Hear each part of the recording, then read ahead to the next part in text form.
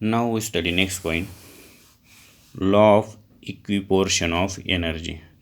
We have seen that the kinetic energy of a single molecule is K is equal to 1 upon 2 mvx square plus 1 upon 2 mvy square plus 1 upon 2 mvz square.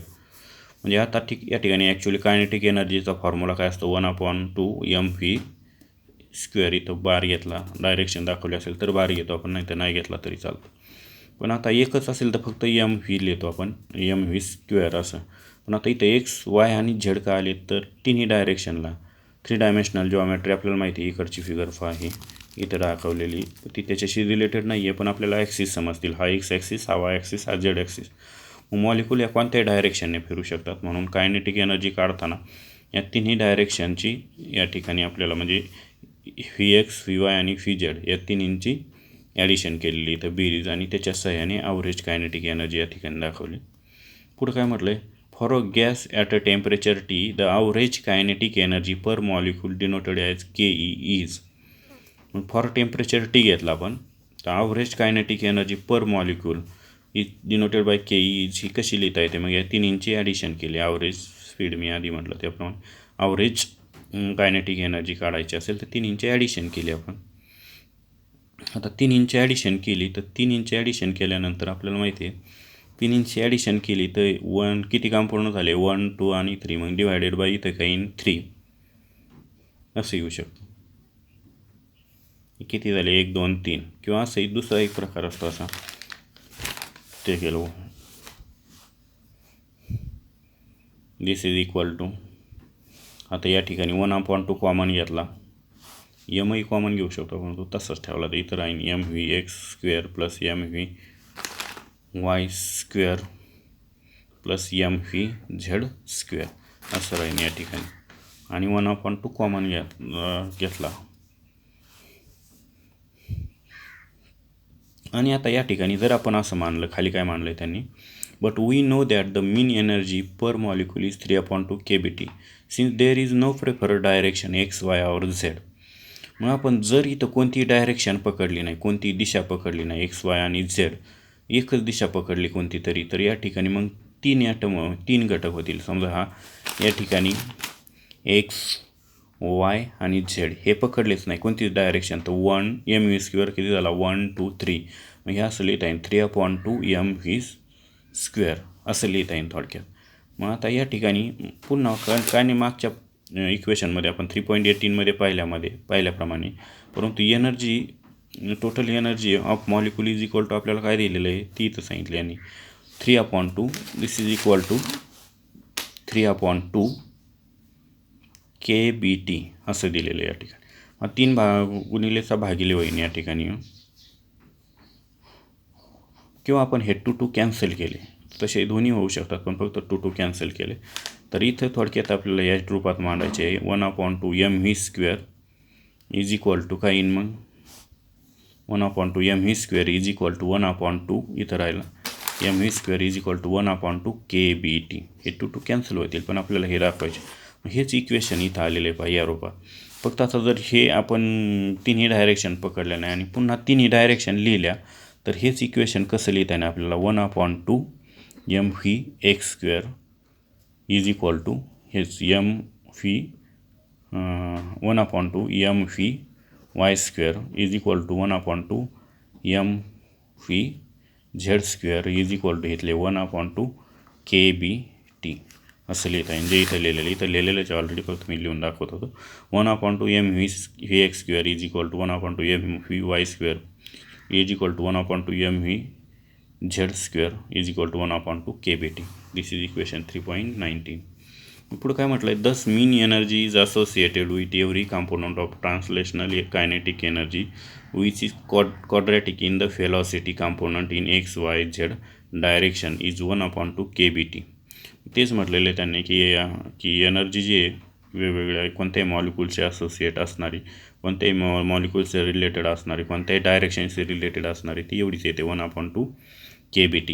यांच्यावरून आपल्याला मग कोणत्याही x ॲक्सिसला असो Y Z कोणत्याही ॲक्सिसला असली तरी ती एवढीच येते 1 अपॉन 2 kBt. अँड पुढं म्हटलं therefore the total translational energy contribution of molecule म्हणून टोटल कॉन्ट्रीब्युशन ऑफ एनर्जी किती असते हेच असतं नेहमी.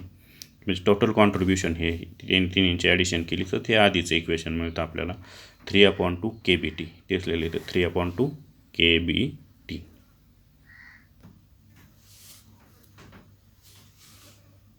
Now see degree of freedom.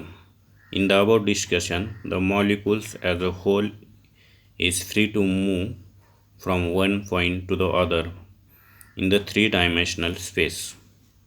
If it is restricted to move in a plane surface which is two-dimensional, then only two coordinates, say x and y, will be sufficient to describe its location, and two components phi x, phi y will describe its motion in the plane. If molecules move along a straight line, then only x coordinates and only one velocity component phi x will be sufficient to describe its location and motion along a straight line.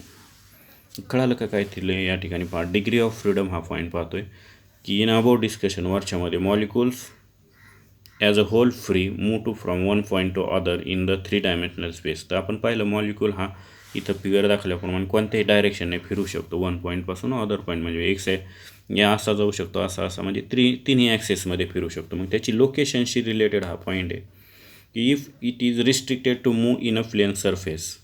मग आता त्याला plane surface टाकून restrict केलं move होण्यापासून. म्हणजे एक plain surface टाकला म्हणजे एक ॲक्सिस त्याचा क्लोज केला तर तो दोनच ॲक्सिसला मूव्ह होईल. समजा ते सपोज ते ॲक्सिस काय मानले से एक्स अँड वाय या दोनच ॲक्सिसला मूव्ह होईल असं मानलं. मग आता x and y will be sufficient to describe its location. Two components phi x phi y will describe its motion in a plane. मग दोनच कॉम्पोनंटच्या सहाय्याने आपण त्याची मोशन आणि लोकेशन सांगू शकतो. आता पुढं म्हटलं if molecules move along a straight line. जर तो स्ट्रेट लाईननी मूव्ह झाला असा या सरळ रेषेमध्ये then only x coordinate and only one velocity component phi x will be sufficient to describe its location and motion along a straight line.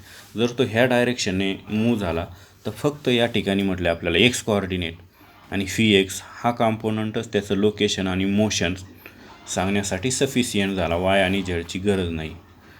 मग आता पुढं काय म्हटलं पहा. We say that the molecule is free to execute 3, 2 and 1 dimensional translation motion in the above example. मग वरच्या उदाहरणावरून असं म्हणता येतं आपल्याला की मॉलिक्यूलचं लोकेशन आणि मोशन सांगण्यासाठी ह्या 1 डायमेन्शनल, आता ही 2 डायमेन्शनल एक्स वाय असले की 2 डायमेन्शनल फिगर झाली. तसेच 1 किंवा 3 डायमेन्शनल यांच्या सहाय्याने सुद्धा आपण त्याची मोशन आणि लोकेशन सांगू शकतो. पुढं काय म्हटलं आहे. In other words the molecule in this examples has 3, 2 and 1 degree of freedom. म्हणजे या ठिकाणी in other words the molecule in this example has 3, 2 and 1 degree. Degree म्हणजे डायमेन्शनल म्हटलं आहे. 3 डायमेन्शनल 2 डायमेन्शनल 1 डायमेन्शनल म्हणजे त्याला डिग्री म्हटलं आहे किंवा डिग्री ऑफ फ्रीडम असं म्हणतात. तेच थोडंसं काय आले खाली. Degree of freedom of a system are defined as. Degree of system म्हणजेच काय. Degree of freedom of a system are defined as the total number of coordinates or independent quantities required to describe the position and configuration of the system completely. Degree of freedom म्हणजेच काय की तेच याची definition दिलेली आहे. System are defined as total number of coordinates. Degree of freedom म्हणजे किती coordinate तिथं या ठिकाणी अस्तित्वात आहे ते सांगते. त्याला डिग्री ऑफ फ्रीडम म्हणतात. किंवा ऑर इंडिपेंडंट क्वांटिटीज रिक्वायर किंवा स्वतंत्र क्वांटिटीची रिक्वायरमेंट असते टू डिस्क्राईब द पोझिशन. म्हणजे एखाद्या मॉलिक्यूलची पोझिशन लोकेशन दाखवण्यासाठी आणि configuration of the system completely. आणि कॉन्फिगरेशन म्हणजे त्याचं त्या ठिकाणी असणारं आपल्याला लोकेशन म्हणता येईल किंवा त्याची एनर्जी वगैरे हे सगळं कॉन्फिगरेशन दाखवण्यासाठी की ही डिग्री ऑफ फ्रीडम वापरलं जातं. डिग्री ऑफ फ्रीडम म्हणजेच काय की नंबर ऑफ कोऑर्डिनेट्स किंवा quantity required to describe the position and configuration अशा अर्थाने या ठिकाणी सांगितलेलं.